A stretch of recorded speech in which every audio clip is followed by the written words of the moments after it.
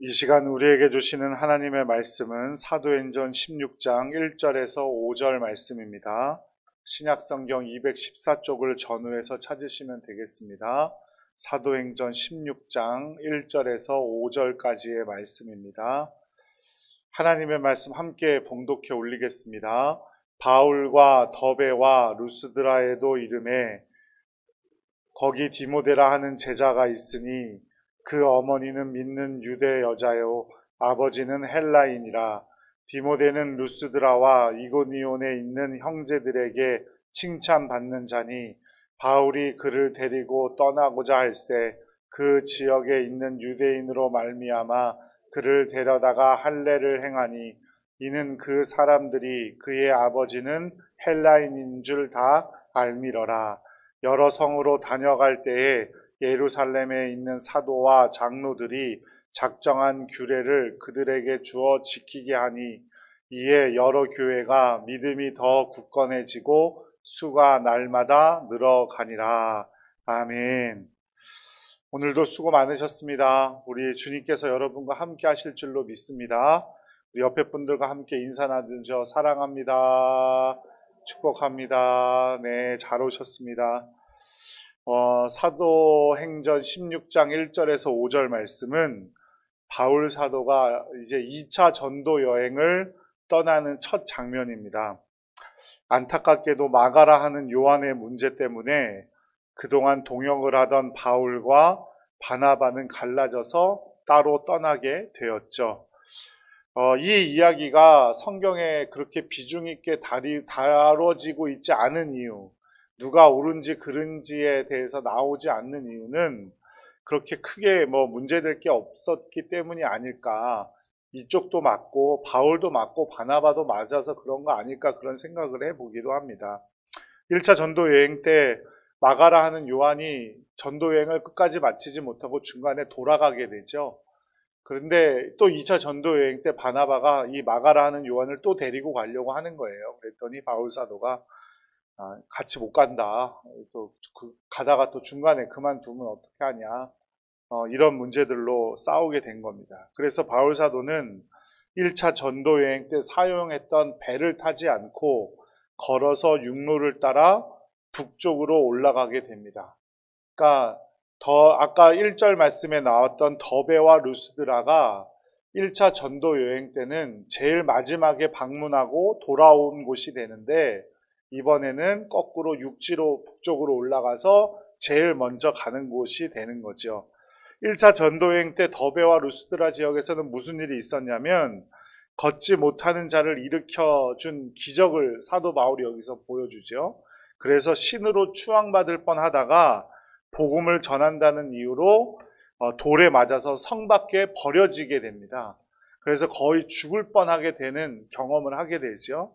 그것이 바로 더베와 루스드라. 그런데 사도 바울은 이곳을 다시 찾습니다. 우리는 음식도 먹다가 체한 음식은 또 먹어요, 안 먹어요? 잘 안 먹죠? 내가 그렇게 고생한 데가 있으면 잘 가요, 안 가요? 안 가요. 그래서 남자들은 다 군대 갔다 오면서 내가 그 동네를 향해서 오줌만 싸도 내가 인간이 아니다 이러면서 다 나오죠. 그런데 사도 바울은 또 그곳을 찾은 거예요. 어떻게 변했는지가 보고 싶었겠죠. 그렇게 힘들게 뿌린 씨앗이 자라나 교회라는 열매를 맺고 있는 것을 보게 되었고요. 거기에서 놀라운 청년 한 명을 만나게 돼요. 그 사람이 바로 디모데죠. 오늘 말씀에 통해서 보니까 15장 1절 말씀에 보니까 15장 1절 2절 말씀에 보니까 디모데의 어머니가 믿던 사람이라고 기록되어져 있죠. 믿게 된 사람. 그러니까 사도 바울의 1차 전도 여행 때 복음을 받아들인 사람으로 보입니다. 다시 방문한 더베와 루스드라에는 이제 디모데는 청년이 되어 너무나 잘 자라고 있는 겁니다. 1절에 보니까 디모데라는 제자가 있으니, 즉 1차 전도 여행 때 제자가 된 디모데를 다시 만나게 되었다라고 하는 것이 뜻이겠죠. 이 디모데에는 어머니는 유대인이고 아버지는 헬라인이었는데, 어머니가 유대인이면 유대인으로 여겨지던 관습이 있었어요. 그래서 디모데는 아마도 유대인으로 여겨졌을 수 있을 겁니다. 그런데 이 디모데는 루스드라와 이고니온에 있는 형제들, 즉 믿음의 사람들에게까지 칭찬을 받는 사람이었다라고 2절에 기록하고 있죠. 칭찬을 받는다는 것, 믿음으로 잘 자라고 있었다라는 것입니다. 디모데는 비록 나이는 어렸지만 인격이나 신앙이 칭찬받는 사람이었습니다. 이처럼 믿음의 사람을 키우는 것은 교회의 매우 중요한 사명 중에 하나입니다. 우리 교회도 교회 학교에 우리 자녀들을 키우기 위해서 좀 더 나은 환경이 마련되기를 기도해 주시기를 간절히 부탁드립니다. 우리 선생님들이 너무나 애쓰고 있지만 더욱 전문적으로 교육받은 전도사님들, 목사님들이 와서 함께 우리 아이들을 잘 좀 키워낼 수 있기를 기도해 주시기를 바라요. 그래서 좋은 교육자들, 또 믿음의 우리 자녀들이 그래서 우리 교회에서 잘 성장해서 함께 동역할 수 있기를 함께 기도해 주시기를 간절히 바랍니다. 영국의 어느 조그만 마을에 교회가 하나 있었는데요. 목사님이 열심히 목회를 했는데 1년간 딱 한 명 전도가 되었어요. 그것도 10대 소년 한 명 전도되었대요. 그래서 사람들이 낙심하기 시작했어요. 결국엔 우리 교회가 없어지진 않을까 탄식하고 좌절에 빠졌는데, 그럼에도 불구하고 목사님은 이 10대 소년을 그 사람들의 탄식에도 아랑곳하지 않고 10대 소년을 위해서 최선을 다했고 최선을 다해 돌보았대요. 교회가 너무 어려운 지경이었는데도 불구하고 이 아이에게만큼은 투자하는 것을 아끼지 않았다는 거예요. 그 소년이 후에 누가 되냐면 아프리카 선교의 털을 닦았다고 평가받는 로버트 모파트라는 선교사가 됩니다. 인종차별이 심한 남아프리카 공화국에 들어가 최초로 복음을 전한 선교사고, 그 사위 역시 아프리카 선교에 헌신한 영국의 자랑이라고 불리우는 데이비드 리빙스턴 선교사님이 됩니다. 비록 어린 소년 하나였지만 포기하지 않고 돌보고 섬겼던 목사님의 손길이 있었기 때문에 아프리카 선교를 감당하는 큰 인물이 되었다는 것이죠. 비록 어린 소년 하나가 돌아온 것이지만 그가 자라서 하나님의 나라를 위해 얼마나 위대한 일을 했는지를 꼭 기억하시기 바랍니다. 사람이 많다고 다 좋은 것은 아닙니다. 하지만 한 사람 한 사람을 잘 키워내는 일은 교회의 사명이라는 사실을 꼭 기억하시기 바랍니다. 우리 자녀들, 교회 학교의 자녀들 위에 최선을 다해서 돌보아야 하고 교회의 사명으로 믿음의 인재를 키워내는 여러분들 되시기를 간절히 축복합니다. 그러니까 우리 아이들이 예배 시간에 좀 방해되는 소리를 낸다고 해서 인상을 팍 찡그러면서 뒤를 팍 쳐다보거나 그러지 마시기를 바라요. 우리 아이들은 떠들면서 숨을 쉰다는 말이 있어요. 떠들면서 숨을 쉰대요. 떠들지 않는 애들은 숨을 안 쉬는 거나 마찬가지라는 말이에요. 아이들은 그렇게 자라나는 겁니다. 우리 아이들을 꼭 정성으로 거둬주시고 끝까지 좋은 믿음의 인재로 자라나기를 기도하는 우리 동산교회가 되기를 간절히 축복합니다. 디모데는 유대인의 어머니의 영향을 받아서 어릴 때부터 성경을 잘 알았다고 디모데 후서에서 기록하죠. 3장 14절 15절 한번 읽어볼게요. 그러나 너는 배우고 확실한 일에 거하라. 너는 내게 누구에게서 배운 것을 알며 또 어려서부터 성경을 알았나니 성경은 능히 너로 하여금 그리스도 예수 안에 있는 믿음으로 말미암아 구원에 이르는 지혜가 있게 하느니라. 아멘. 디모데는 어머니의 신앙을 이어받아서 성경을 어렸을 적부터 교육을 받았습니다. 신앙적인 면에선 거의 대부분의 사람들이 아버지의 영향보다는 어머니의 영향을 받게 되죠. 그래서 유대인들은 아버지가 아니라 어머니가 유대인이면 유대인으로 인정해 주는 거예요. 무슨 말씀인지 아시겠어요? 아버지가 유대인이고 어머니가 다른 이방인이면 그 아이는 유대인으로 인정해주지 않습니다. 근데 어머니가 유대인이고 다른 아버지가 이방인이면 그 아이는 유대인으로 인정을 해줘요. 그만큼 어머니의 역할이 중요하다고 생각을 한 거죠. 10대 시절 디모데는 바울 사도가 자신의 고장에서 고난당하는 것을 보고 자랐어요. 사도 바울이란 사람이 낯선 땅에 와서 복음을 전하다가 어떤 핍박을 받고 죽을 고비를 넘기며 자신의 고장에 교회가 세워지게 했는지를 다 보고 자랐다는 거예요. 그리고 그 어머니에게 말씀을 배웠어요. 디모데후서 3장 10절 11절 말씀도 함께 읽어볼게요. 나의 교훈과 행실과 의향과 믿음과 오래 참음과 사랑과 인내와 박해를 받음과 고난과 또한 안디옥과 이고니온과 루스드라에서 당한 일과 어떠한 박해를 받은 것을 내가 과연 보고 알았거니와 주께서 이 모든 것 가운데 나를 건지셨느니라. 그리고 바울은 여기서 그치지 않고 디모데에게 이렇게 말해요. 그리스도 예수 안에서 경건하게 살고자 하면 복을 받는다고 하지 않았어요. 박해를 받는다고 얘기합니다. 12절 말씀도 함께 읽죠. 무릇 그리스도 예수 안에서 경건하게 살고자 하는 자는 박해를 받으리라. 이런 가운데서 디모데가 바울 사도를 따라가면 나도 영화를 누리며 이 땅에서 잘 되겠지라고 생각했을까요?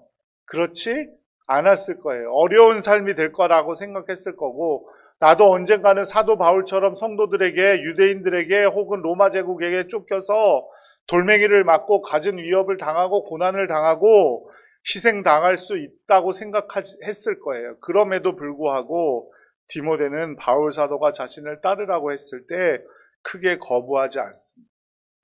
이제 바울 사도가 그를 데리고 다른 곳으로 떠나고자 했어요. 그런데 그때 무엇을 했다고 성경은 기록합니까? 할례를 베풀었대요. 유대인 때문에 할례를 베풀었대요. 그동안의 바울 같지 않은 행동이죠. 바울은 그동안 뭐라고 말했어요? 구원은 할례나 율법 준수 이런 것들로 얻는 게 아니고 오직 믿음으로 받는 건데, 그렇기 때문에 오히려 유대인들에게 반감을 샀던 인물이 바로 사도 바울 아닙니까? 그런데 왜 여기서는 빨리 선교 여행을 떠나야 됨에도 불구하고 디모데에게 제일 먼저 한 일이 할례를 베푼 것일까요? 적어도 일주일은 늦어지게 될 텐데 그럼에도 불구하고 할례를 베풀게 했습니다. 16절 3절 말씀 우리 한번 읽어볼게요. 바울이 그를 데리고 떠나고자 할새 그 지역에 있는 유대인으로 말미암아 그를 데려다가 할례를 행하니 이는 그 사람들이 그의 아버지는 헬라인인 줄 다 알미러라. 아직 복음을 알지 못하는 유대인을 의식해서 한 행동이다 이 말입니다. 하나님의 복음을 전해야 할 디모데가 믿음이 약한 유대인들 만날 때 그 배려하기 위한 조치였어요. 전도의 문을 넓히기 위해서 유대인들을 만날 때도 할례를 받는 편이 훨씬 더 유익했기 때문이죠. 이처럼 사도 바울의 모든 결정은 무엇 때문에 복음을 전하기에 용이한가 그렇지 않은가만 따지는 사람이었다는 거예요. 고린도전서 9장 19절 20절 함께 읽겠습니다. 내가 모든 사람에게서 자유로우나 스스로 모든 사람에게 종이 된 것은 더 많은 사람을 얻고자 함이라. 유대인들에게 내가 유대인과 같이 된 것은 유대인을 얻고자 함이요 율법 아래에 있는 자들에게는 내가 율법 아래에 있지 아니하나 율법 아래에 있는 자같이 된 것은 율법 아래에 있는 자들을 얻고자 함이요. 아멘. 바울은 자유인이었고 로마 시민권이 있던 사람이에요. 타인이 원하는 무언가를 해줘야 할 의무가 전혀 없는 사람이었습니다. 그런데도 바울은 스스로 모든 사람에게 종이 된대요. 왜요? 복음을 전하기 위해서. 유대인들이 꼭 할례를 행해야 한다고 주장을 하니까 그들을 위해 할례를 행하고, 유대인들이 꼭 안식일을 지켜야 한다고 하니까 그들과 함께 있을 때는 안식일도 지켰어요. 왜냐하면 한 명이라도 더 복음을 듣게 하기 위해서였답니다. 디모데는 유대인으로 여겨지던 자였지만 유대인으로 할례를 받지 않는 것은 유대인들에게 큰 음결이 되기 때문에 유대인들에게 복음을 전할 기회를 잃을 수도 있었어요. 그랬기 때문에 디모데에게 필요는 없지만 할례를 받게 한 겁니다.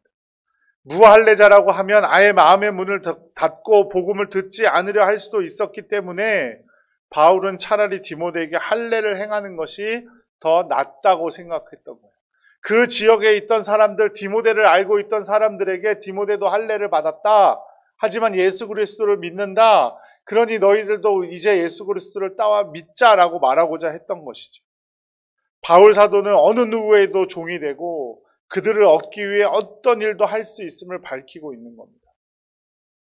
비록 내가 싫어하는 일이라고 할지라도 죄가 아니고 또 믿지 않는 사람들에게 믿게 하는 일에 도움이 된다면 기꺼이 따라주는 것이 사도 바울의 모습이고 사도 바울이 지금 우리에게 말하고 있는 겁니다. 교회의 덕이 된다면 믿음의 핵심을 빼놓고는 자신의 소신을 굽힐 줄 아는 것이 교회와 성도를 사랑하는 일입니다. 고린도후서 10장 31절에서 33절까지 말씀 함께 읽겠습니다. 잠시만요. 고린도전서 10장 제가 읽어봐 드릴게요. 고린도전서 10장 31절에서 33절. 그런즉 너희가 먹든지 마시든지 무엇을 하든지 다 하나님의 영광을 위하여 하라. 유대인에게나 헬라인에게나 하나님의 교회에나 거치는 자가 되지 말고 나와 같이 모든 일에 모든 사람을 기쁘게 하여 자신의 유익을 구하지 아니하고 많은 사람의 유익을 구하여 그들로 구원을 받게 하라. 아멘. 누구의 유익을 구한다고요? 많은 사람의 유익을 구한다. 내 유익을 구하는 게 아니라 많은 사람의 유익을 구하여 그들로 구원을 받게 하라는. 바울이 감옥에 들어갔을 때도 이야기도 있어요. 바울을 시기하던 사람들이 바울이 감옥에 갔으니까 이제 많은 사람들이 자신들에게 나와서 복음을 듣겠네 하고 좋아했어요. 그때 바울은 또 어떤 말도 했습니까? 시기하는 마음이도 상관없다. 나를 시기하는 마음 때문에 나보다 더 잘 되려고 복음을 더 열심히 전한다면 나는 감옥에 갇혀 있어도 상관없고 그리스도가 전파되는 것이니 아무 상관없다라고까지 말했던 거예요. 정말 중요한 것은 누구예요? 예수님. 예수님을 전할 수 있느냐 아니냐가 중요한 것이지 내 유익을 차리고 내 이익을 차리는 것이 더 중요하지 않음을 꼭 기억하시기 바랍니다. 제사 음식 먹고 안 먹고가 뭐 그리 중요하겠습니까? 할례를 받고 안 받고가 뭐 그리 중요하겠습니까? 담배 피는 사람은 교회 오면 안 됩니까? 술 마시는 사람은 교회 오면 안 돼요? 물론 안 하고 오면 더 좋겠지요. 하지만 그럼에도 불구하고 그런 사람들도 교회에 올 수 있다면, 그래서 예수님에 대한 복음을 더 들을 수 있다면 우리 그것도 이해해 줄 수 있어야 합니다. 방법적인 문제, 환경적인 문제 얼마든지 양보해도 됩니다. 전해지는 것이 예수 그리스도시라면 아무런 문제가 되지 않아요. 바울은 계속해서 여러 성을 다니면서 복음을 전했습니다.